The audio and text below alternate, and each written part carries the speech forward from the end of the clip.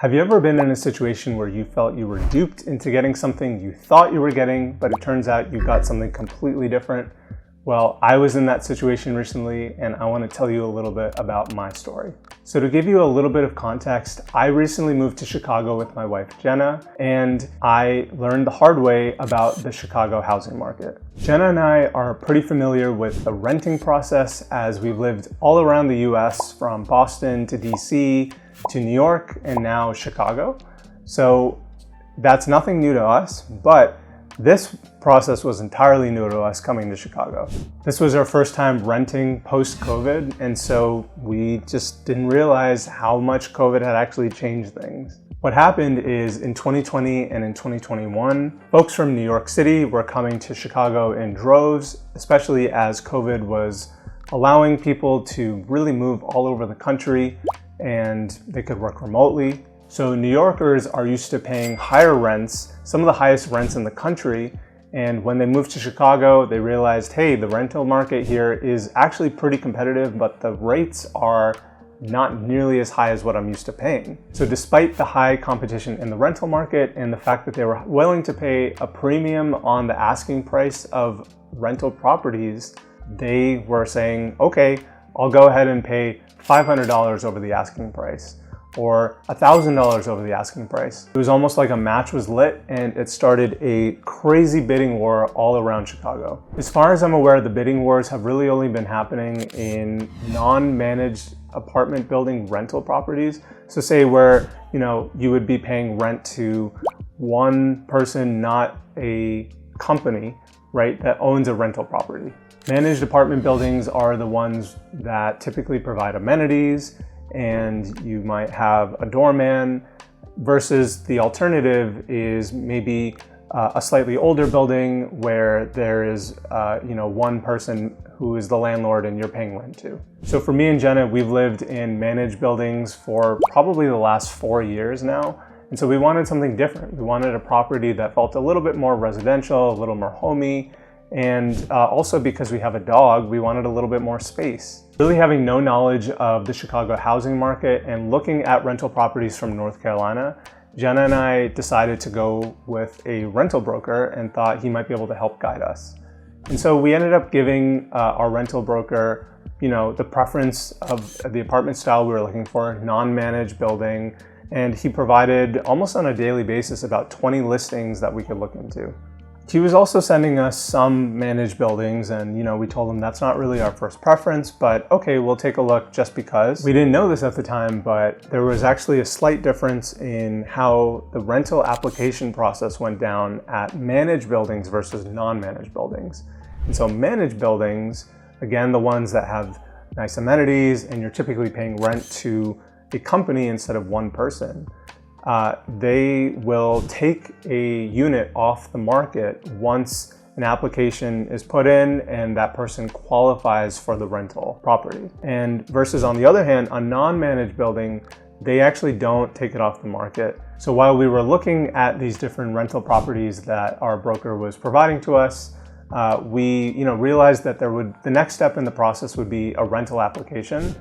That's pretty standard. It's a way for rental properties and landlords to check your credit score and basically to just make sure that you would be a good tenant, you'd pay your rent on time. And so we had no problems with that. And we knew that there would be a small fee associated with that, typically about $100. What we didn't know at the time is that managed buildings, they will typically put the listing on pause on their website when a rental application goes through. And if you qualify, then you basically have about 24 to 48 hours to accept and to sign the lease. On the other hand, non-managed buildings, they don't have that limit, at least in Chicago. So if you do qualify, great, you can get the apartment, but up until then, there might be 8 to 10 applicants that are coming into the process and that you're competing with. Some of this is, of course, caused by the bidding war that I mentioned earlier, but in retrospect, it feels kind of unfair because I could, for example, get an Uber and have no problems, right? It's just on my phone. I could be at the airport. There's 100 other people that are waiting for Ubers. However, in this process, it's kind of like somebody is coming up with $200 and they're waving in front of the Uber driver's face and they're saying, take me, take me. instead of the person, me, who fairly got the Uber in the first place. So knowing this and knowing the state of the market, rental managers in Chicago that own non-managed buildings, they are lowballing the rents and they're hoping to create a bidding war. Now, I'm generalizing, that's not in all cases, but as I'll explain in a second, that felt like it was in all the apartments that we were looking at. All right, so what happened to Jenna and me? So at the recommendation of our rental broker, he comes up with one listing that just looks amazing. It has everything we're looking for. It's a non-managed building. It has a patio. And so he says, you know what, if you guys like it, go ahead and fill out the rental application. He apparently had a good relationship with the rental agent, and she had sent him the listing the day before it was even going to go on the market, meaning we were going to be the first to apply. So he pretty much guaranteed that we get the apartment so long as we qualified for the rental. From our experience, if you filled out a rental application and you were the first to qualify, you were in the green to be able to sign the lease. And so that evening we decided to fill out the rental application, and we paid the small rental application fee of $100 per person. So the next day we were eagerly awaiting to hear from our rental broker and hoping to hear the good news that we were accepted by the landlord and that we could go ahead and sign the lease. But that's pretty much where everything went downhill. Instead, our rental broker told us that there were 8 other applicants for the property, despite the fact that we actually were the first ones, right? And we filled out our application before it even went on the market. So that was a little surprising to us. And then the second thing he said is that we need to offer more because we had a dog. Now, that was a little personal for us because, you know, the rental listing, it said that dogs were allowed, and we love our little guy Rumi. So we said, all right, you know what, we'll play ball, and we decided to offer a 2-year lease agreement, you know, with the hopes that because we were more of long-term tenants, that the landlord would like us a little better than all the other applicants. And we decided to go, I think it was about $300 more than the asking price for the rental per month. So a big chunk of change, but you know, we were really hoping that we could get the rental, and we really liked it. So again, the next day we eagerly await, and we find out that we did not qualify. So this left Jenna and I scratching our heads, wondering, did we do something wrong? And you know, this is a process that we were not used to. Again, if we fill out a rental application and we qualify first, we typically have been the first to be able to sign the lease, no problems, no questions asked. And so we asked our rental broker, hey man, what's going on? And his response was, well, this is the condition of the housing market, blah, blah, blah. This, you know, I was hoping would not happen for this particular situation because I have a good relationship with the rental broker. And so I basically said to myself, I said, wait a second, he's withheld information from us. And this is where the transaction becomes disputable, in my opinion. I asked him very nicely if we could just get a refund on the $100 per person rental applications, to which he said no, but I apologize for the fact that I withheld this information. I should have told you earlier. And in my mind, that wasn't enough. And so I tried to be persistent. I said, look, we're new to the market. We didn't know anything. You withheld this information from us, as you're suggesting, and we really would like a refund. And so he directed me to a third-party service that he said processes the rental applications. So we went to them and we said, hey, can we get a refund? And they were not playing ball either.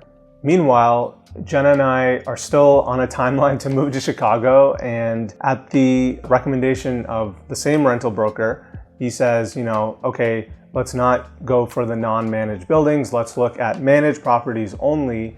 And so that was not our first preference, but we said, okay, we'll go ahead and do that. He gave us some listings to look at and, you know, just see if any kind of piqued our interest, which some of them did, but at the end of the day, we decided to just go on our own and call up managed buildings ourselves, and then eventually just schedule a tour. And we came to Chicago, and where I'm filming this video right now is our current home in a managed building that we're absolutely in love with. So in the end, it all worked out, but in terms of that transaction, it was a nightmare for me to get that $200 back. So the next step in the process was I said, you know what? I'm gonna go to my credit card company, Capital One, and I'm gonna see if I can get this money back. And so I filed a transaction dispute. I actually got on the phone with somebody from Capital One, and they were really nice. They listened to my 20-minute rant about how I felt like I was duped. And at the end of the call, they said, okay, fill out some paperwork, and it's gonna be about a 3 to 6 month process to do the full investigation, as they would have to collect information not only from myself, but also from the merchant, and then they would have to come up with an objective decision on how this would process.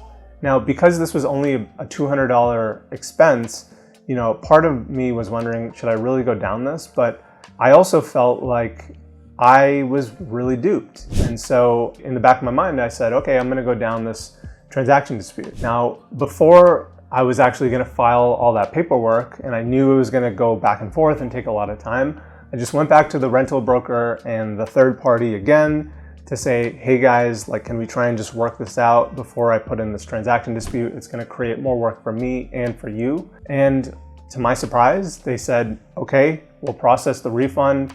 And that just goes to show the power of persistence.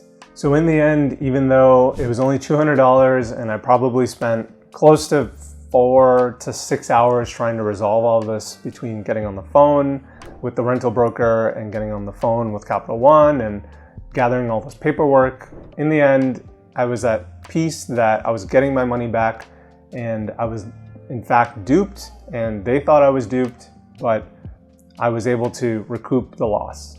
And so if you've been in this kind of a situation before as well, and you've thought to yourself, man, it's a really crappy situation that I am not getting my money back, yet I feel duped, I'm here to tell you it is possible to get your money back and to get out of that situation through persistence. Companies, and especially rental brokers, they don't want to deal with people like us because they create headaches, and transaction disputes are also a time-consuming process for them as well.